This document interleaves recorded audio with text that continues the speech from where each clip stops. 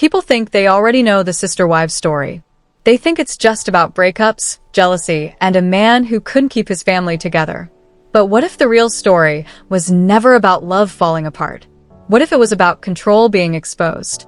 Because once you look closely, once you stop listening to what was said and start watching what was done, everything changes. And when that realization hits, it becomes impossible to unseen. For years, viewers were trained to believe one simple narrative. Kody Brown was trying his best, and the wives just couldn't handle plural marriage. That story was repeated so often, with such confidence, that many people accepted it without question. But repetition doesn't make something true. It only makes it familiar. And familiarity is powerful enough to hide even the ugliest truths. What's happening now isn't random drama. It's a delayed explosion. A slow-burning truth that took decades to surface. And the reason it's hitting harder than ever is because this time, the silence is gone. The women who were expected to stay quiet, stay loyal, and stay grateful are no longer playing their assigned roles. The cracks didn't appear overnight. They were always there. But they were covered up with smiles, religious language, and emotional pressure disguised as family values. Every time a wife expressed pain, it was reframed as her personal weakness. Every time Kody was confronted, the conversation somehow turned into how misunderstood he was.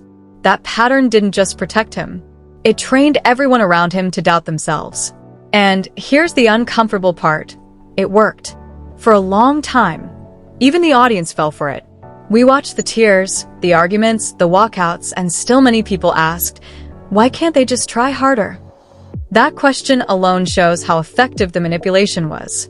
Because no one asked why only one person's needs always came first.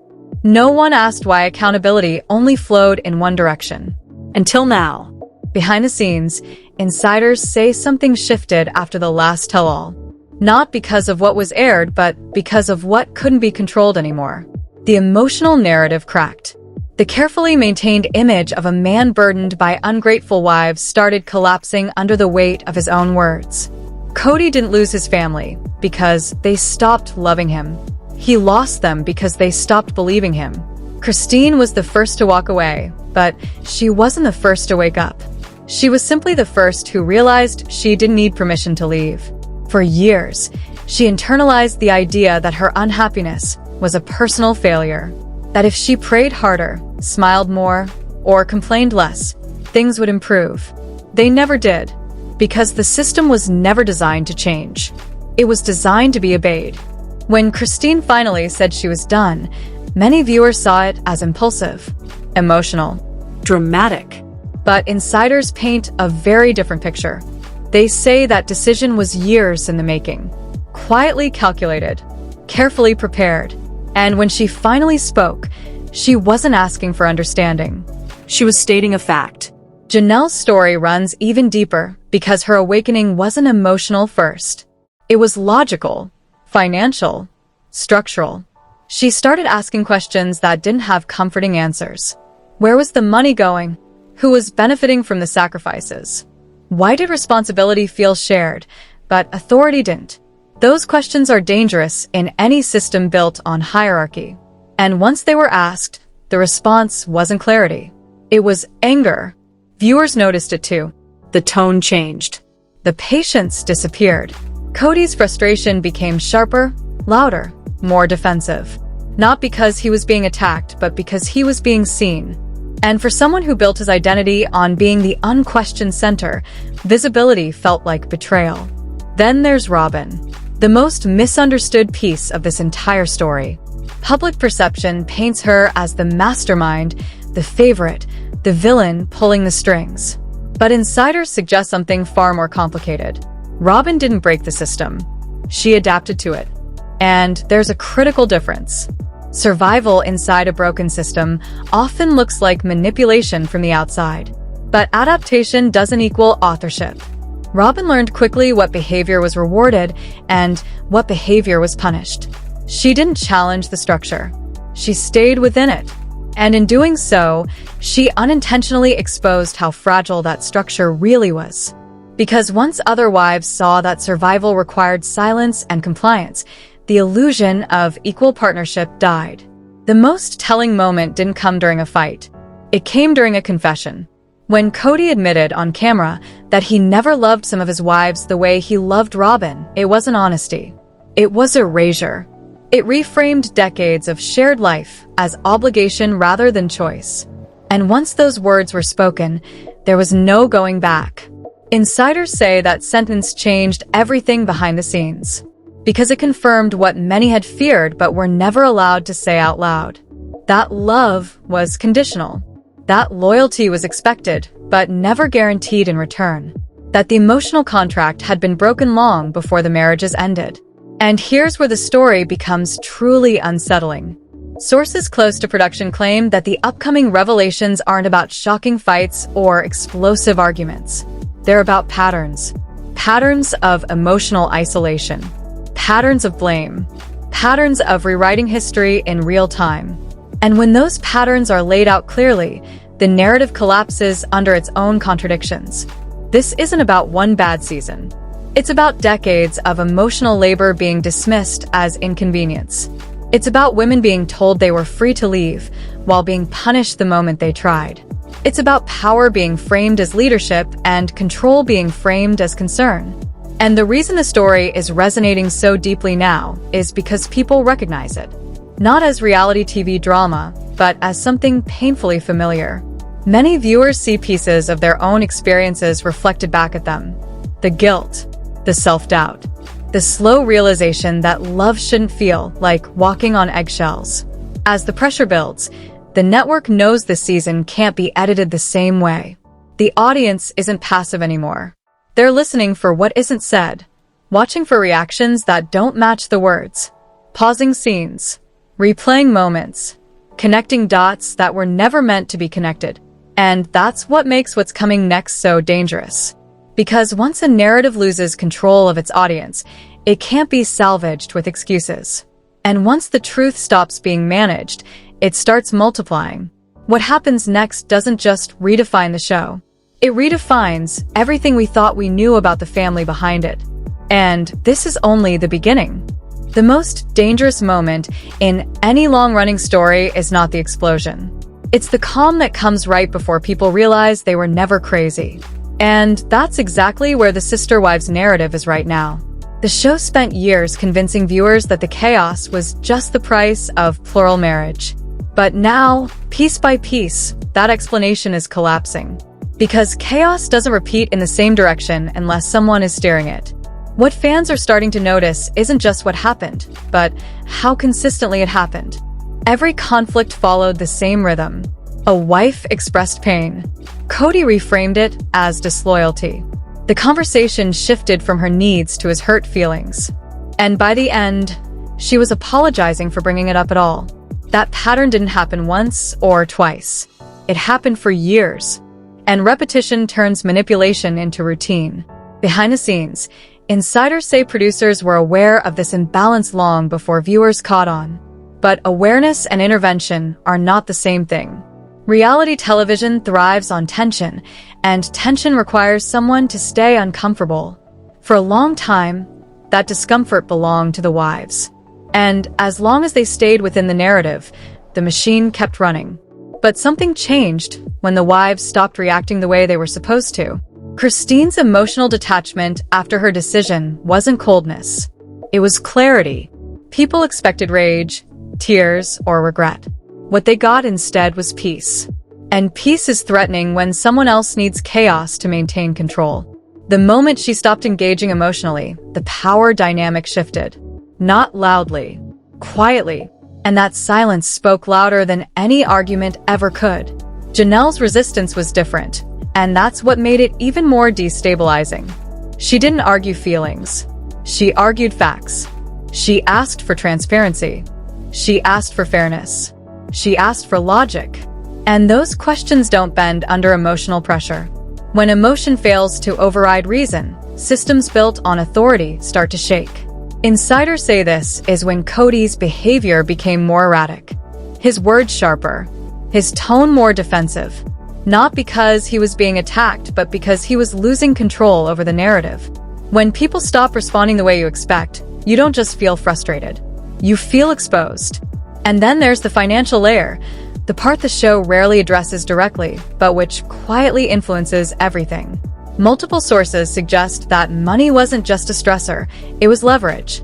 Decisions about housing, resources, and stability weren't neutral. They reflected priorities. And priorities reveal truth faster than confessions ever will. When certain households received consistency and others received excuses, the message was clear even if it was never spoken. Value wasn't equal. And once that realization settled in, it became impossible to justify the sacrifices that were demanded. Robin's position in all of this remains the most polarizing. Viewers want a villain because villains simplify pain. But real-life systems rarely work that cleanly. Robin didn't need to demand favoritism. The structure rewarded proximity and compliance automatically. And once that became visible, resentment didn't need encouragement. It grew on its own. What complicates the narrative even more is the way Cody framed his own emotional withdrawal. He didn't say he failed. He said he was rejected. He didn't say he neglected relationships. He said he wasn't respected. Language matters, because it turns accountability into victimhood. And once someone sees themselves as the victim, they feel justified in withholding effort, affection, and empathy.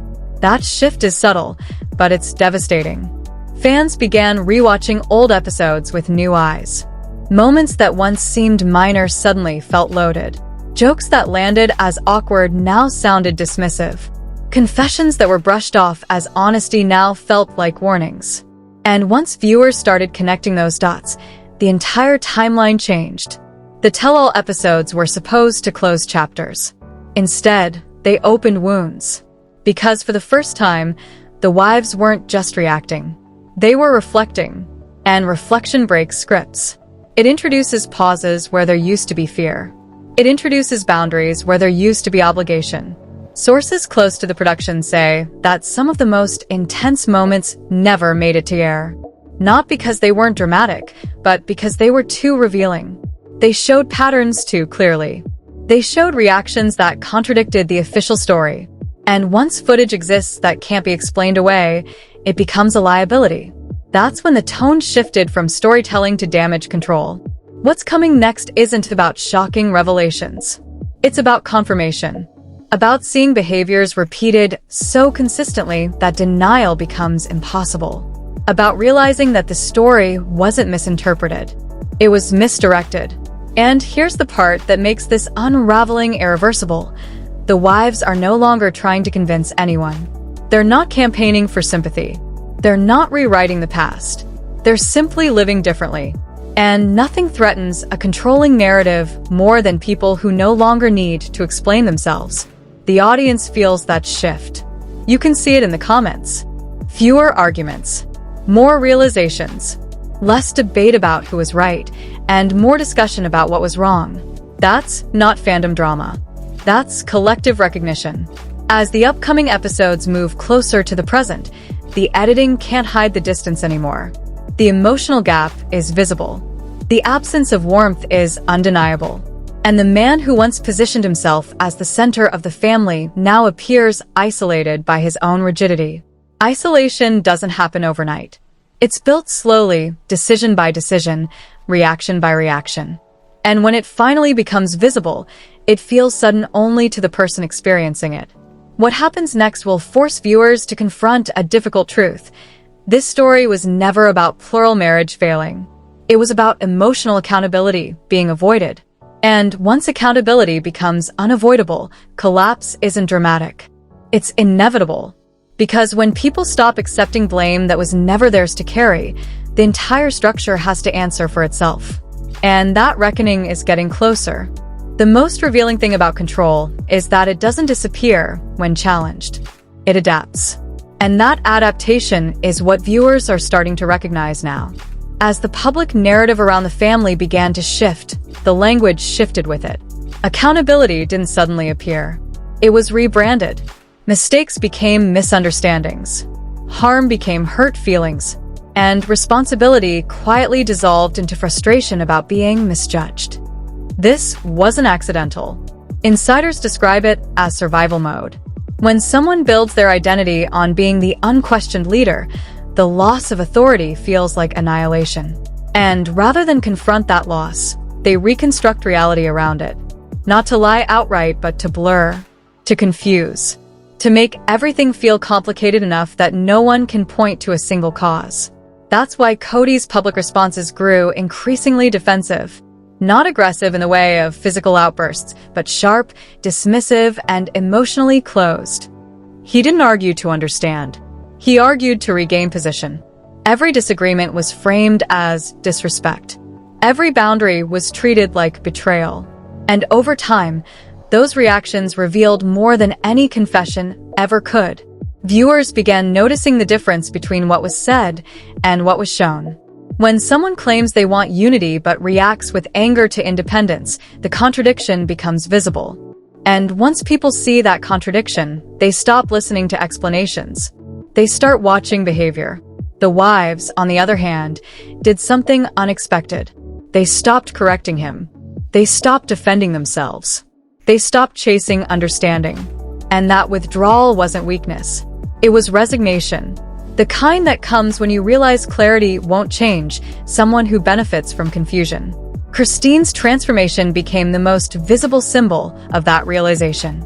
Her joy wasn't loud. It wasn't performative. It was steady. And steadiness terrifies people who rely on emotional volatility to maintain relevance. Because calm can't be provoked. It can't be redirected. And it doesn't ask permission to exist. Janelle's path was quieter, but equally threatening. She didn't announce her distance. She embodied it. Less emotional engagement. Less justification. More autonomy. And autonomy is dangerous in systems that equate loyalty with submission. Once she stopped reacting to emotional pressure, the leverage disappeared.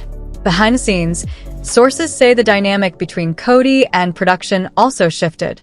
Control over narrative is everything in reality television. And when a central figure starts clashing with a story being told, friction becomes inevitable. Not because producers want truth, but because contradiction breaks continuity.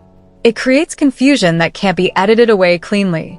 That confusion started bleeding into the episodes. Awkward cuts, unanswered questions, reactions without context, and viewers felt it. Something wasn't lining up anymore. The story no longer flowed the way it used to. The emotional beats were off. And when storytelling loses rhythm, people start asking why. Public sympathy, once abundant, began to fracture. Not dramatically, gradually. And gradual loss is harder to recover from because it doesn't feel urgent until it's irreversible. Comments shifted from defense to doubt, from doubt to critique, and from critique to analysis. Fans weren't just reacting. They were investigating. Cody's biggest miscalculation wasn't what he said. It was what he expected. He expected the audience to stay where it always had.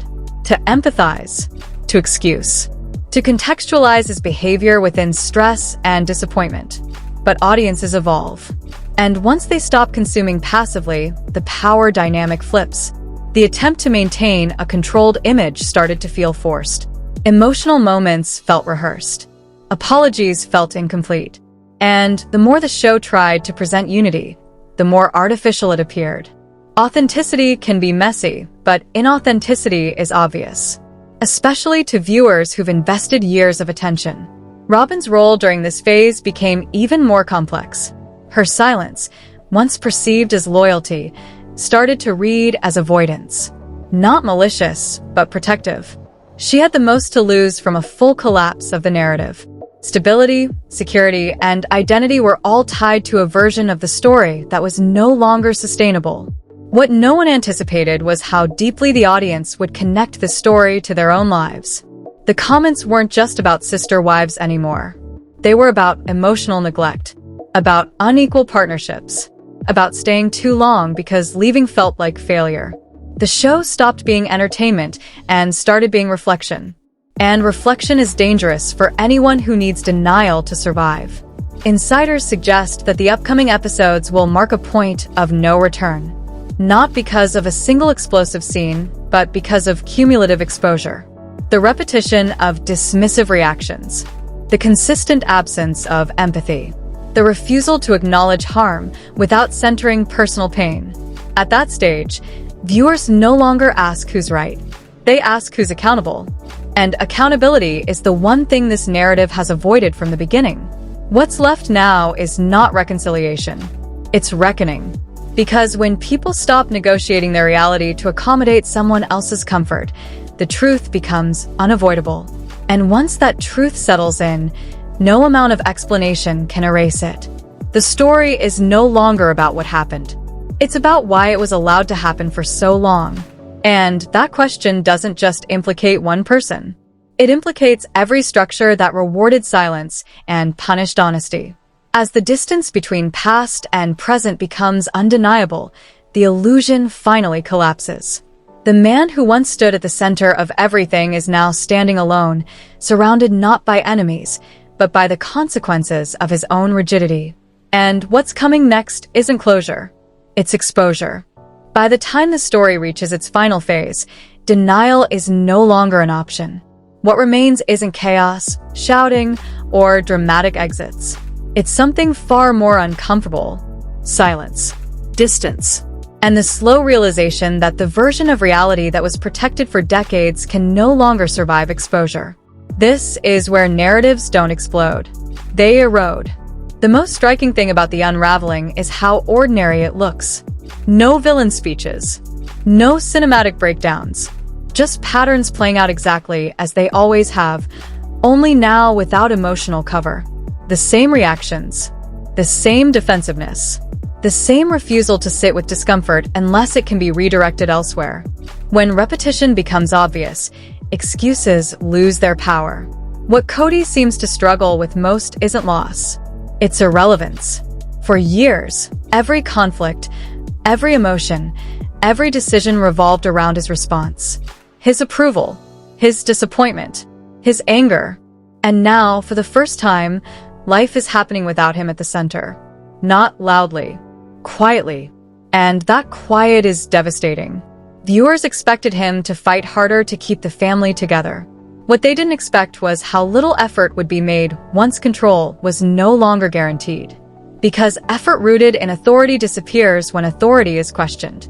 What remains is entitlement without influence. And that combination isolates faster than anything else. The wives didn't win by leaving.